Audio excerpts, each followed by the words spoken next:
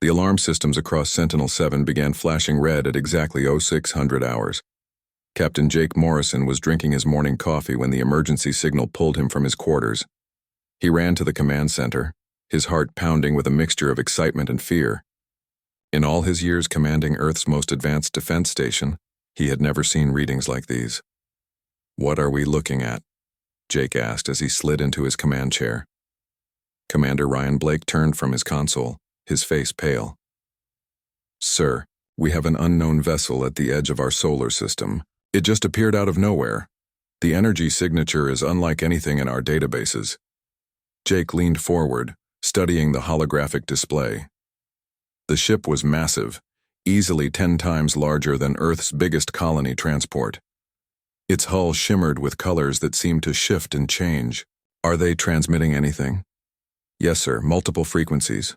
Computer is trying to decode now." Ryan tapped his screen. "Wait, we're getting something. It's translating automatically somehow. They're calling it a universal peace signal." The main screen flickered to life. Symbols and patterns danced across it, then slowly reformed into words that everyone could understand. The message was simple and direct. The Galactic Council welcomed humanity to the community of intelligent species. They came in peace. They wanted to talk. Jake felt a chill run down his spine. First contact. The moment humanity had dreamed about for centuries was actually happening. He took a deep breath and activated the communication system. "This is Captain Jake Morrison of the United Earth Defense Forces. We receive your message and welcome peaceful contact." The response came within seconds. The alien ship requested permission to send a delegation to meet with Earth's leaders. They would arrive at a neutral location between Earth and Mars in 3 days. Jake immediately forwarded the message to Admiral Peter Collins at Earth Defense Command. The next 3 days passed in a blur of preparation. Scientists, linguists, and diplomats scrambled to prepare for the historic meeting. Dr. Linda Hayes, Earth's leading expert in theoretical xenolinguistics, worked day and night analyzing the alien communication patterns. She discovered something troubling in the linguistic structure of their messages. "They're using command forms," Linda explained to Jake during a briefing. "Not requests or suggestions. Everything is phrased as instructions, as if they expect automatic compliance." Jake frowned. "Maybe it's just a translation issue?" Linda shook her head. "I don't think so. The pattern is too consistent. These beings are used to being obeyed." When the day of the meeting arrived, Jake stood on the observation deck of the diplomatic vessel Harmony. Admiral Collins was there too, along with a full team of Earth's finest diplomats and scientists. They watched as the alien shuttle approached, graceful and silent. The aliens who emerged were nothing like humans had imagined. Ambassador Zixthar was tall and thin with blue-gray skin that seemed to absorb light. His species, the Velmorians, had been part of the Galactic Council for over 3,000 years. 2 other aliens accompanied him, representatives from different council species. They moved with calm confidence, as if this was routine for them. The meeting began cordially enough. Zixthar explained that the Galactic Council had existed for over 12,000 years. 12 different species worked together to maintain peace and order across thousands of star systems. They had detected humanity's recent experiments with faster-than-light travel. This was why they had come. "We welcome Earth into the galactic community," Zixthar said through his translation device. "The Council is pleased to extend its protection to your species." Admiral Collins smiled. "We're honored by your visit and eager to learn from you. What does this protection entail?"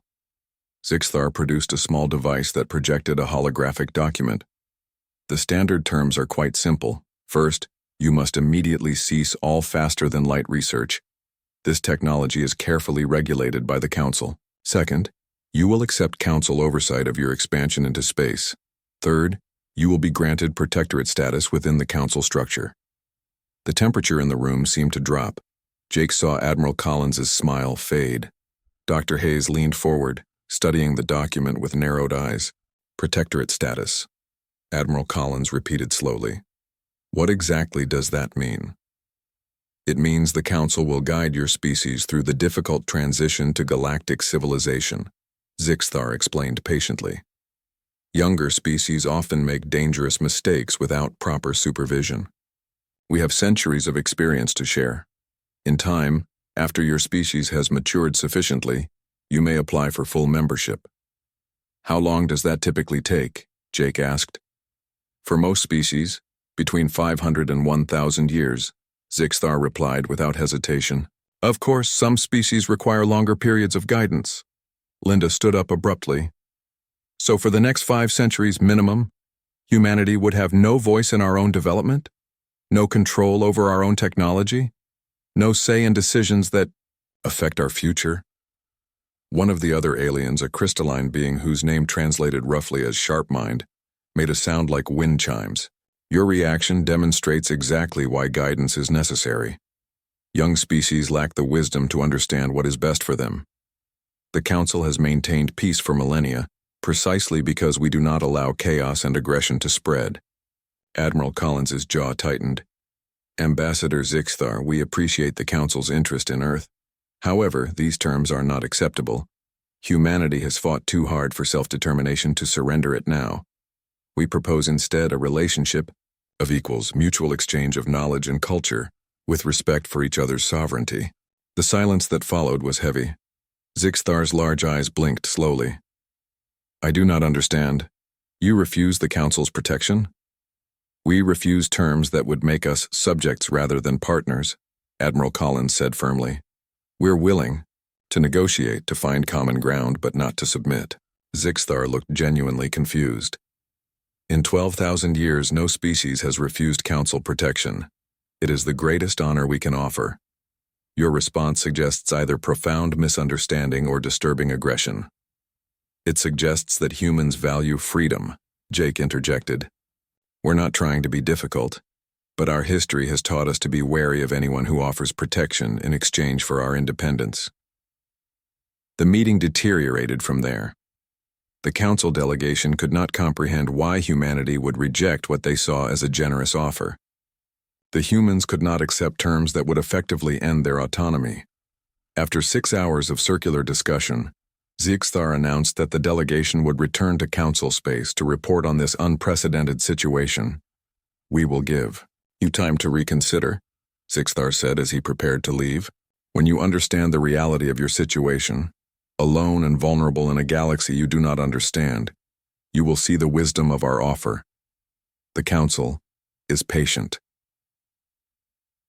After the aliens departed, Admiral Collins called an emergency meeting of Earth's leadership.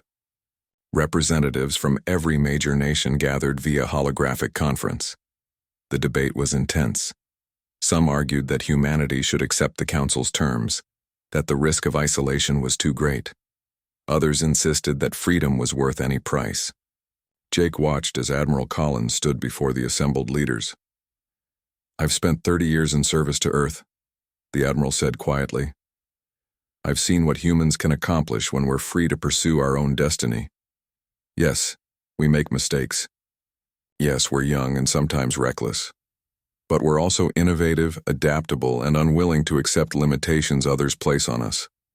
The Council looks at us and sees children who need to be controlled. I look at us and see a species that has pulled itself from caves to the stars in a few thousand years. I say we continue our path, whatever the cost. The vote was not unanimous, but it was decisive. Earth would reject the Council's terms. Humanity would continue its faster-than-light research. They would expand into space on their own terms. If that meant facing the galaxy alone, then so be it. Jake returned to Sentinel-7 with mixed feelings. He had witnessed a historic moment, first contact with alien intelligence. But instead of the joyful beginning of interstellar friendship that humanity had dreamed of, it felt like the start of something far more complicated. He stood on the observation deck looking out at the stars and wondered what would come next. Commander Ryan found him there an hour later. Sir, we're picking up increased activity from the direction of Council space. Long-range sensors show multiple vessels gathering near the border of their territory. Are they preparing to attack? Jake asked. Ryan shook his head. We don't think so. Their energy signatures suggest observation and communication vessels, not military ships. It's like they're watching us, trying to figure out what to do with us. Jake smiled grimly. They're not used to anyone saying no to them. We've disrupted their entire worldview. He turned from the window. Increase our alert level, double the sensor sweeps, and make sure our faster-than-light research teams have everything they need. If the Council wants to wait and watch, we'll give them something worth watching. In the weeks that followed, reports came back from Council space. The Galactic Council was in turmoil. Their leadership debated endlessly about. 6 months had passed since the failed first contact meeting. In that time, humanity had not been idle. Every shipyard in the solar system worked overtime. New vessels rolled out weekly, each one faster and more capable than the last. The faster-than-light experiments had succeeded beyond anyone's hopes. Human ships could now cross the distance between stars in days rather than decades. Lisa Turner sat in the pilot seat of her scout ship, the Wanderer, running final checks before her patrol. She was young for such an important assignment, only 28, but she had proven herself the best pilot in the fleet. Her ship was small and fast, designed for reconnaissance rather than combat. Today's mission was routine, just another sweep of the outer system to watch for Council activity. Wanderer, this is Sentinel-7 Control. Ryan Blake's voice came through her comm. He had been promoted to full commander after the first contact incident. You are clear for departure. Stay sharp out there. Copy that, Control, Lisa replied, guiding her ship away from the station. I'll keep my eyes open. The first few hours of patrol were boring, exactly as expected. Lisa ran through her checklist, checked her sensors, and tried not to fall asleep. Then, just as she was turning back toward the inner system, her long-range scanner lit up like a Christmas tree. Control, this is Wanderer, she said, suddenly very awake. I'm reading multiple contacts at the edge of the system. Lots of them. At least 30 ships, maybe more. There was a pause. Wanderer confirmed that count. Did you say 30? Affirmative. They're big too. Similar size to the ship from the first contact. And they're spreading out in a formation around the system's edge. Lisa's hands flew over her controls, gathering as much data as she could. Control, I think they're setting up a blockade. Back on Sentinel-7, Admiral Collins received the news with grim satisfaction.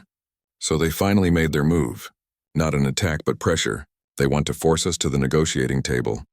Do we respond with force, sir? Jake Morrison asked. He had been promoted to Admiral as well, now commanding the entire defensive fleet. Collins shook his head. Not yet. Let's see what they do. But get every ship we have ready to move. I want options.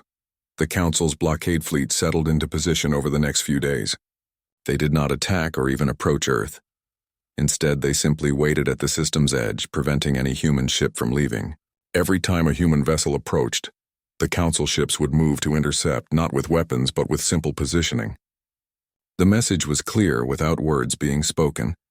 Ambassador Zixthar broadcast a message to Earth on the third day of the blockade. The Galactic Council regrets that this action has become necessary. However, humanity's continued refusal to accept proper guidance leaves us no choice. We cannot allow a young and potentially dangerous species to spread unchecked through the galaxy. This blockade will remain in place until Earth's leadership agrees to meet and discuss reasonable terms. Admiral Collins called a meeting of Earth's military leadership. Jake Morrison attended, along with Commander Greg Walsh from Mars Colony and a dozen other key officers. They gathered in a secure conference room deep beneath Earth Defense Headquarters. They think they can starve us out, Collins said, displaying a map of the blockade positions. Cut us off from expansion, make us desperate enough to accept their terms. The question is, how do we respond?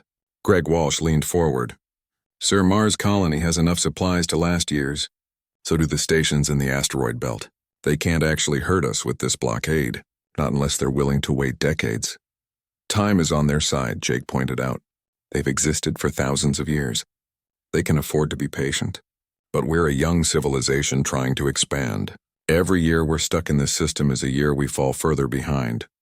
Then we need to break the blockade, Collins said simply. Not with an all-out assault, but with something that shows them we won't be caged. Lisa Turner was chosen to lead the first breakout attempt. Her ship was fast and maneuverable, perfect for testing the Council's defenses. She approached the blockade line with her heart pounding, flanked by 2 other scout ships. The Council vessels moved to intercept exactly as expected. They positioned themselves to block her path, forming a wall of ships. But Lisa had studied their movements for days. She noticed something interesting in their patterns. The council ships moved with perfect coordination, following what appeared to be preset formations.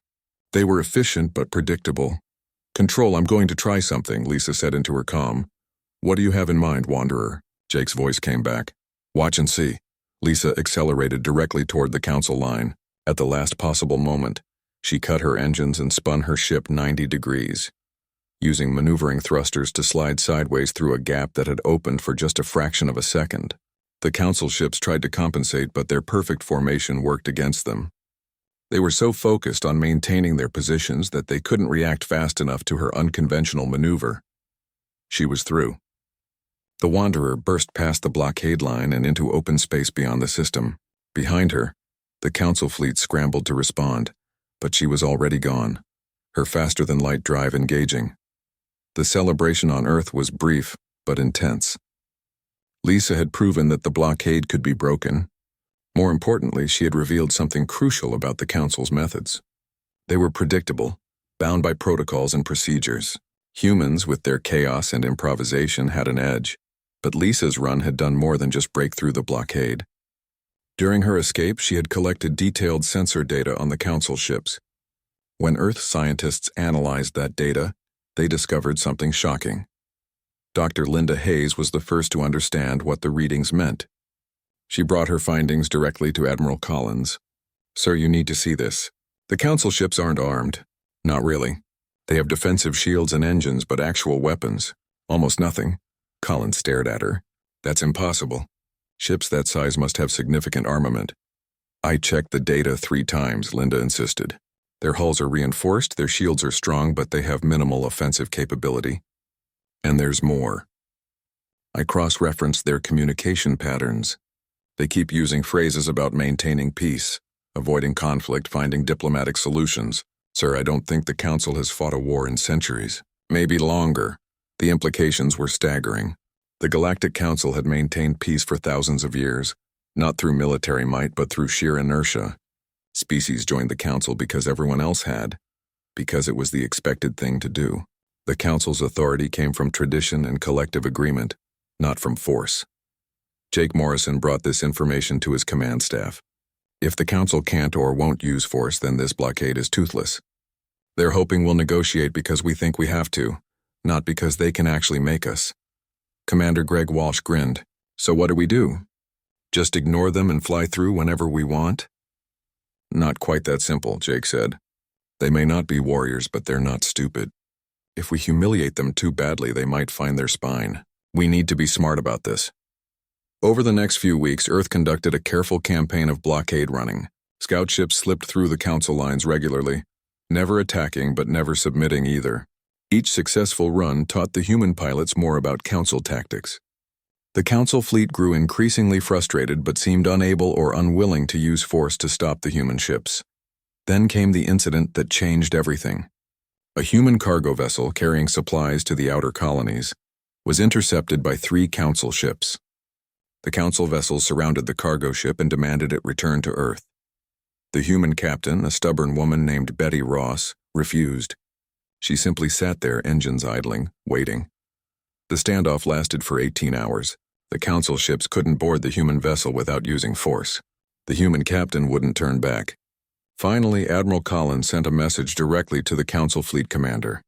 "This is Admiral Peter Collins of Earth Defense Forces. You have a choice to make. Either open fire on an unarmed cargo vessel, showing the galaxy your true nature, or let it pass and admit your blockade has failed. Choose now." The Council ships moved aside. The cargo vessel continued on its way. The blockade was effectively broken. Ambassador Zixthar sent one final message before the Council fleet withdrew. His voice carried an emotion humans had not heard from him before. It might have been uncertainty or perhaps fear. "The Council has underestimated humanity. This was an error. We will consult with our leadership and return with a new approach.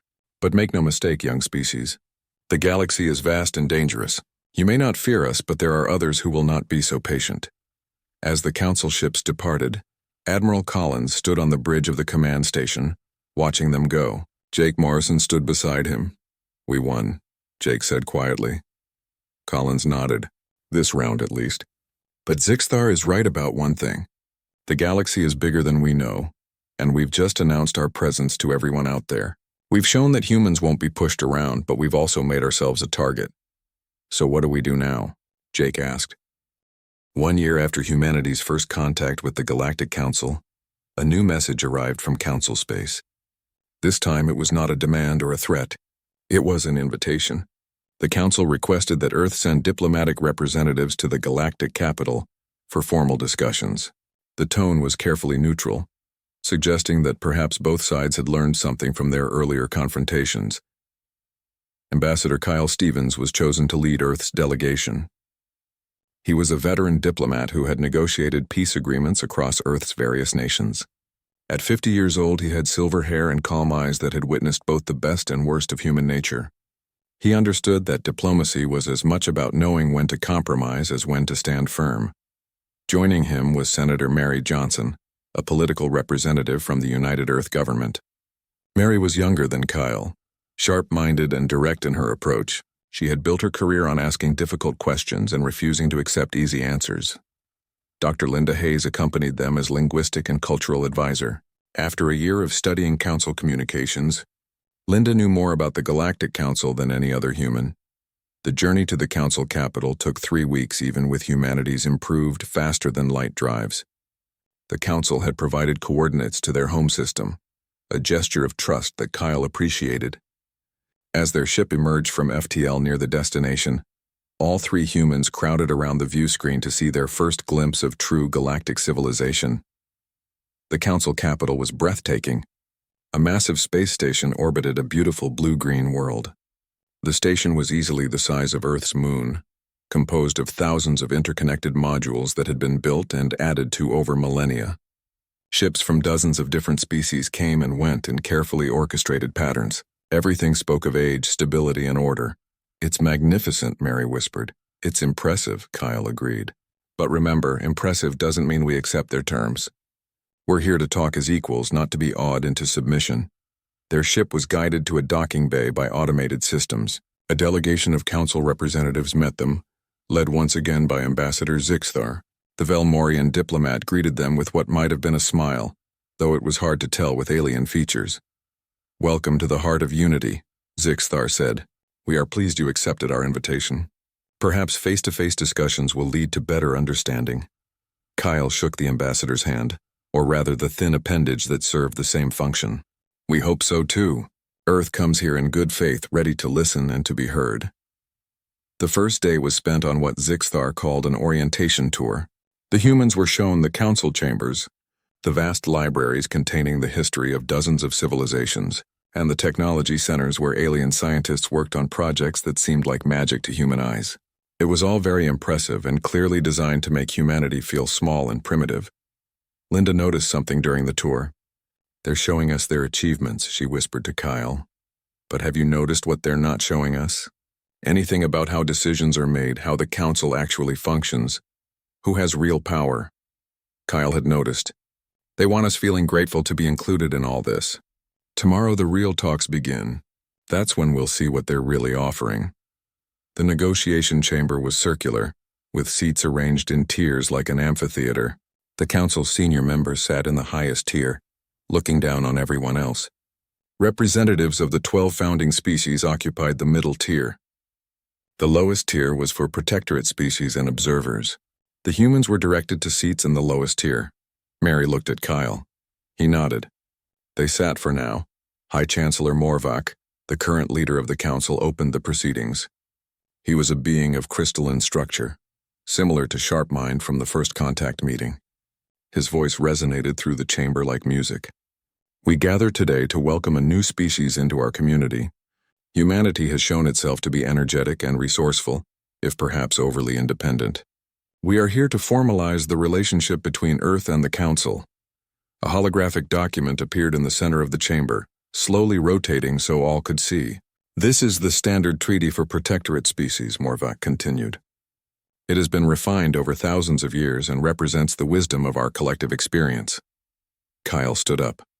"High Chancellor, with respect, we would like to review this document before any formal discussions." Would it be possible to have a copy in our quarters? There was a moment of surprised silence. Apparently, requests from the lowest tier were not common. Morvac made a sound like wind chimes. Of course. Take the time you need. We reconvene tomorrow. Back in their quarters, the three humans spent hours poring over the treaty document. It was massive, over 10,000 pages when translated into English. Linda had brought sophisticated analysis software, and as she fed the treaty through her programs, her face grew darker. "This is worse than I thought," she said, pointing to section after section. "Look here. Earth would have to submit all scientific research for Council approval before implementation. Here, any expansion into new star systems requires Council permission, which can be denied without explanation. This section gives the Council the right to station observers on Earth and all human colonies. They can monitor anything they want. And look at this part about dispute resolution. Any disagreement goes to a Council court where only protectorate species have no voting representation." Mary was reading another section. "It gets worse. We would have to pay a substantial tribute to the Council, supposedly to cover the cost of our protection and guidance. The amount is based on our population and economic output. They're basically taxing us for the privilege of being controlled by them." Kyle found the section about technology sharing. "We have to give them access to all our technology and research. But their obligation to share with us is described as discretionary. They decide what we get to know and when." "It's not a treaty between equals," Linda said flatly. "It's a document of subjugation dressed up in diplomatic language." The next morning, Kyle requested a private meeting with High Chancellor Morvac before the formal session. The Council leader agreed, meeting the human ambassador in a smaller chamber decorated with artifacts from across the galaxy. "High Chancellor, I've reviewed your treaty," Kyle began. "I need to be direct with you. Earth cannot accept these terms. This document does not establish a partnership. It establishes our subordination." Morvac's crystalline structure shifted colors slightly. "Ambassador Stevens, you must understand the purpose of these provisions. Young species require guidance.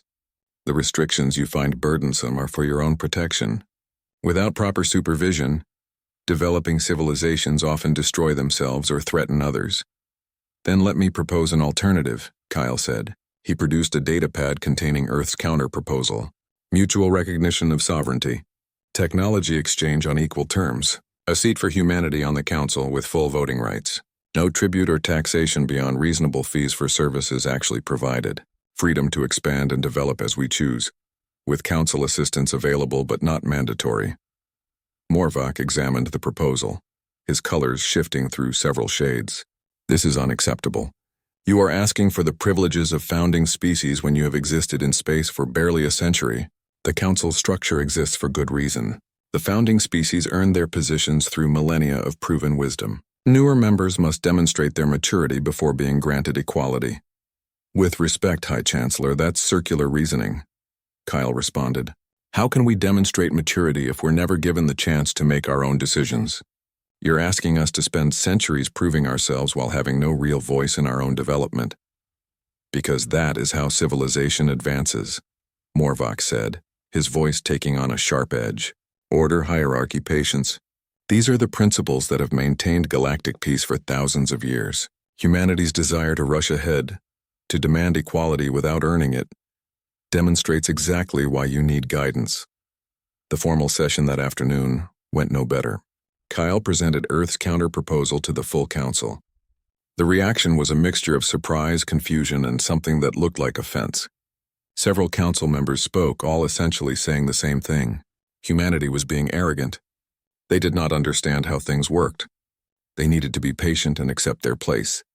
Senator Mary Johnson had listened quietly up to this point.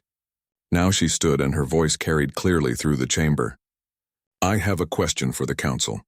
In your 12,000 years of existence, how many protectorate species have advanced to full membership?" There was silence.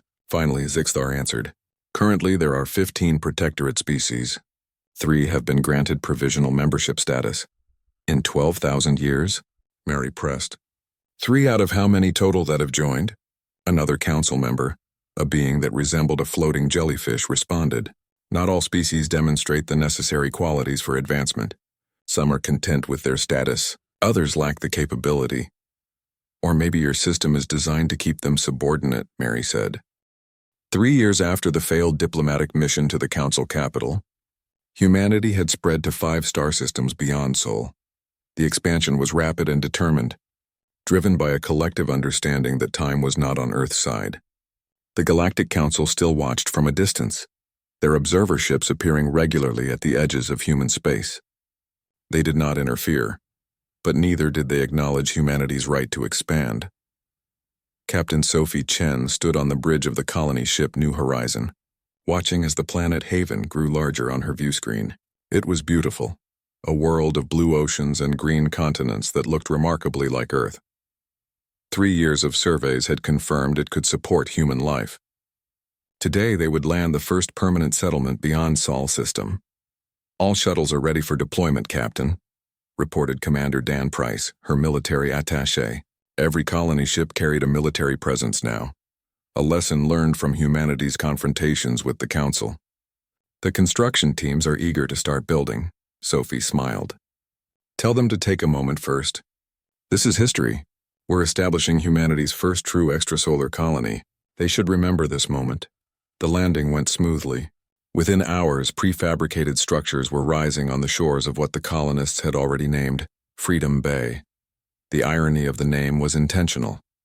Freedom was what this was all about, the freedom to choose humanity's destiny without asking permission from ancient powers. 3 days after the landing, a Council observer ship appeared in orbit. Sophie was expecting it. She opened a communication channel. This is Captain Sophie Chen of the colony ship New Horizon. We detect your presence. Do you wish to speak? The response came from a familiar voice. Ambassador Zixthar appeared on the screen, his blue-gray features showing what might have been weariness.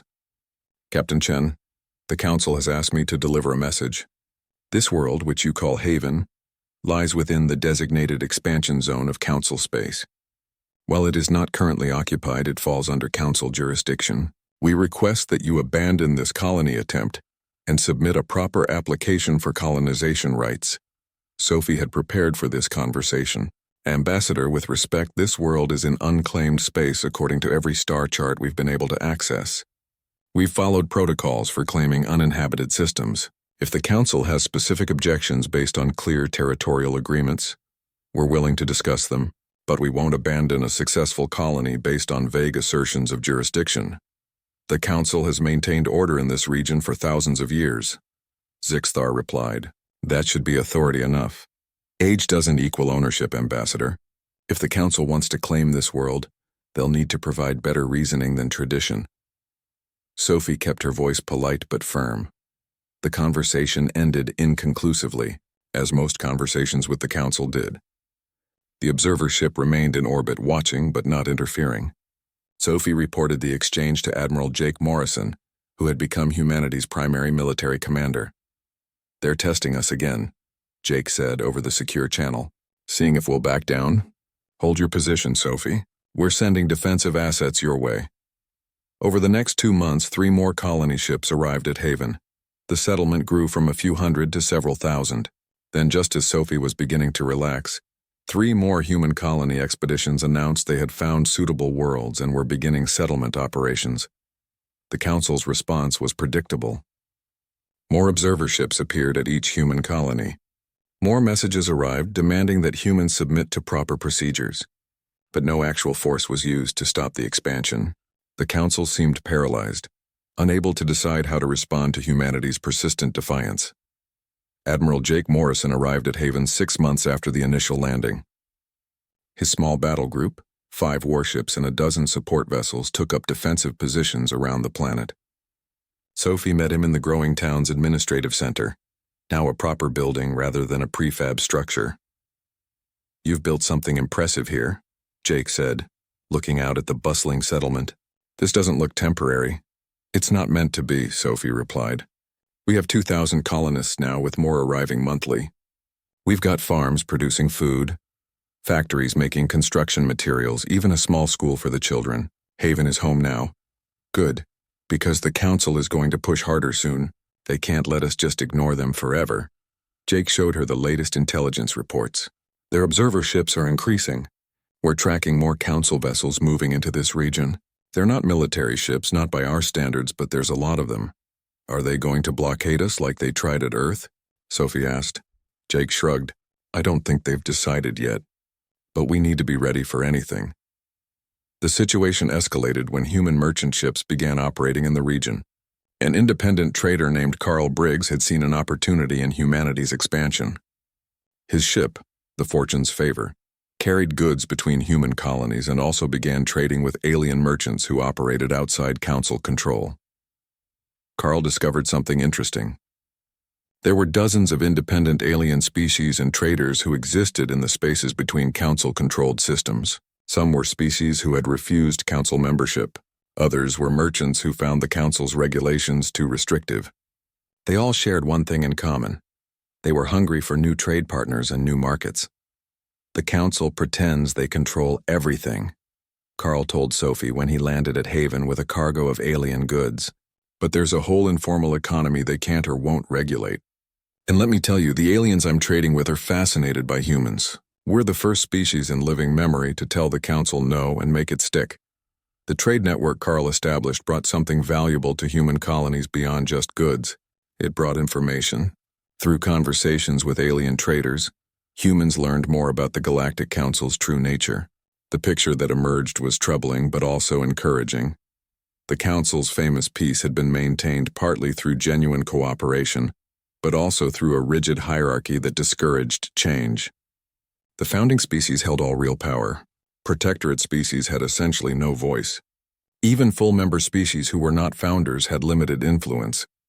The system worked because most species accepted it, not because it was particularly fair or efficient. Several of the traders I talked to think the Council is overdue for reform, Carl reported during a meeting with Sophie and Jake. They say the younger member species are frustrated. They see the same thing we do, that the system is designed to keep power in the hands of the old guard. But nobody has been strong enough or brave enough to challenge it. Until us. Admiral Morrison brought up a concern. That makes us a symbol. Whether we want to be or not, we represent the possibility of change. That makes us dangerous to the Council leadership. He was proven right 2 months later. A Council fleet much larger than the previous blockade attempt arrived at the edges of human space. This time they did not blockade. Instead, they sent a formal ultimatum. All human colonies in what the Council called their jurisdiction must be abandoned within 60 days. All human ships must withdraw to Sol system. Failure to comply would result in unspecified consequences. Earth's government, now led by Minister Paul Grant, responded swiftly. We reject the Council's ultimatum. Human colonies will remain where they are. Human ships will continue to operate freely. We claim no territory that rightfully belongs to others, but we will not be confined to a single system, because the Council finds our expansion inconvenient. The 60-day deadline passed. Nothing happened. The Council fleet remained at the border but did not advance. Another 30 days passed in tense waiting. Still nothing. Commander Dan Price analyzed the situation from Haven. They don't know what to do. They've never had to enforce their demands with force. They're used to species complying out of fear or respect. We're not doing either, and they're paralyzed. Sophie worried about what would happen when the paralysis broke. Eventually, they'll have to act or lose all credibility. We need to be ready, Admiral Morrison agreed. He began positioning defensive forces at each human colony, not enough to threaten the Council, but enough to make any attack costly. He also continued diplomatic outreach to independent aliens, building relationships that might prove valuable. Then came news that changed everything. A new alien species had appeared in the galactic region, far from Council space.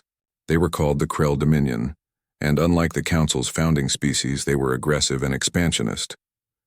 Initial contact attempts by Council border worlds had been met with violence. The first Krell attack hit a Council protectorate world called Telos Prime. The attack was brutal and efficient. The planet's minimal defenses were overwhelmed in hours. The Krell then systematically looted the world's resources before moving on to their next target. News of the attack spread rapidly through galactic communication networks. The Council's response was to call emergency sessions and form committees to study the situation. Days turned into weeks while they debated appropriate responses. Meanwhile, the Krell hit 2 more Council worlds. The Krell warships emerged from faster-than-light travel at the edges of the Valar system. There were 12 of them, sleek and aggressive in design, bearing weapons that had already devastated 3 Council worlds. Their target was Valar 4, home to 4 million beings of the Paxtil species, a peaceful people who had been Council protectorates for over 600 years. Admiral Jake Morrison watched the Krell fleet on his tactical display. His own force consisted of 8 human warships, smaller than the Krell vessels but faster and more maneuverable. He had spent the 3-day journey to Valar, studying every scrap of data from the previous Krell attacks, looking for patterns and weaknesses. They fight like they're following a script, Commander Dan Price noted from his station. Same formation every time, same attack pattern. They're efficient but predictable. Reminds me of someone else we know, Jake said with a slight smile. The Council's rigid tactics had taught humanity valuable lessons. Let's show them why adaptability matters. All ships execute Plan Delta. The human fleet split into 3 groups approaching the Krell from unexpected angles. The Krell immediately formed their standard defensive formation, consolidating into a tight unit. It was exactly what Jake had predicted. While they focused on the obvious threats, 2 human ships slipped into their blind spots and targeted their communication arrays. The battle was brief but intense. The Krell had powerful weapons and strong shields, but human tactics confused them. Every time they adjusted to counter one approach, the humans shifted to something different. Within an hour, 3 Krell ships were disabled and the rest were retreating. Their communication network disrupted and their command structure in chaos. The people of Valar 4 had watched the battle from their surface shelters. When it became clear the humans had won, the celebrations were overwhelming. Messages of gratitude flooded human communication channels. The planetary governor, an elderly Paxtil named Haresh, requested to speak with Admiral Morrison directly. "You saved us," Haresh said, his voice thick with emotion. "We called to the Council for help 20 days ago. They promised to send protection, but nothing came. We thought we would die. Then humans appeared. Why? Why would you risk yourselves for strangers?" Jake had been asked this question several times in the last few days. His answer was simple: because it was the right thing to do. When people need help, you help them. It's not complicated. "But you are not even part of the Council," Haresh said. "You owe us nothing. The Council has been our protector for centuries, yet when we needed them, they were not here.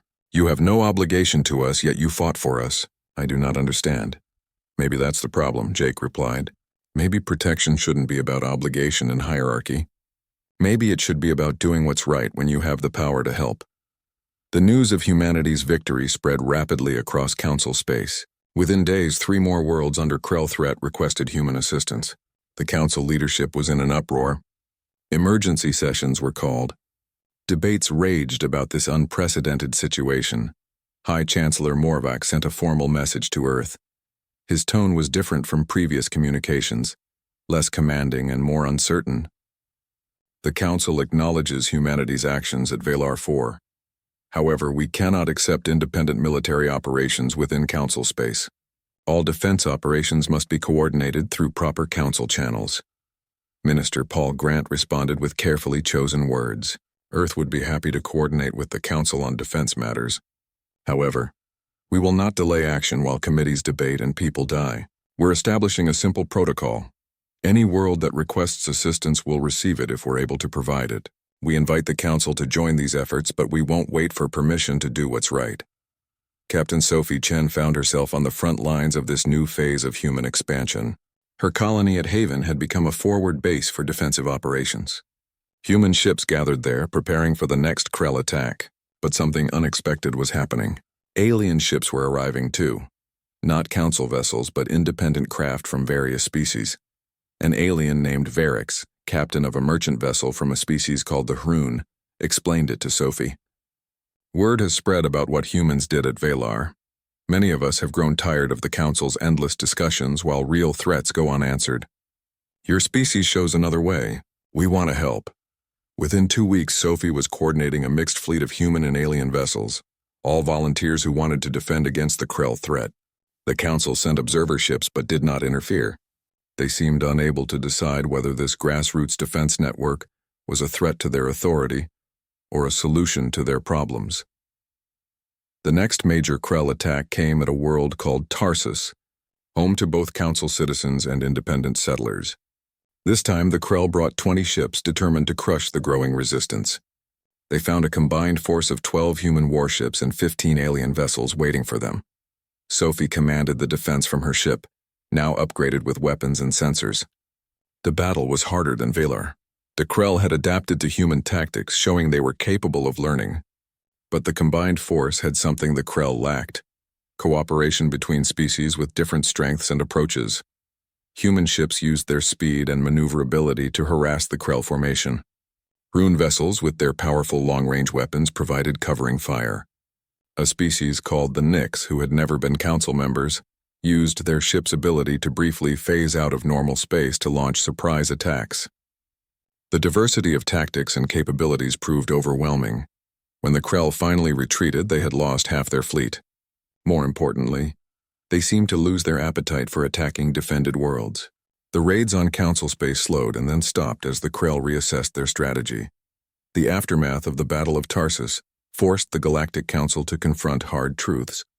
For 12,000 years, they had maintained peace through diplomatic means and the threat of collective action. But they had forgotten how to actually defend themselves. When a real military threat emerged, their rigid structure paralyzed them. Councillor Thepsis, who had questioned the Council's approach to humanity from the beginning, called for an emergency session to address the crisis. He stood before the full Council and spoke words that many members found shocking. "We have failed," Thepsis said bluntly. "The Krell attacked our worlds and we debated. Our protectorates begged for help and we formed committees. Innocent beings died while we discussed proper procedures. Then a young species we had dismissed as primitive and troublesome did what we could not. Humans acted while we deliberated. They saved lives while we protected our authority. We must acknowledge the truth: our system is broken." The debate that followed was fierce. Older council members defended their traditions. Younger members, inspired by humanity's example and their own frustrations, demanded reform.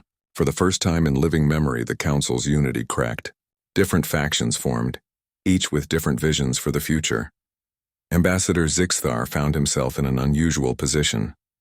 After years of trying to bring humanity into compliance, he had developed a grudging respect for human principles.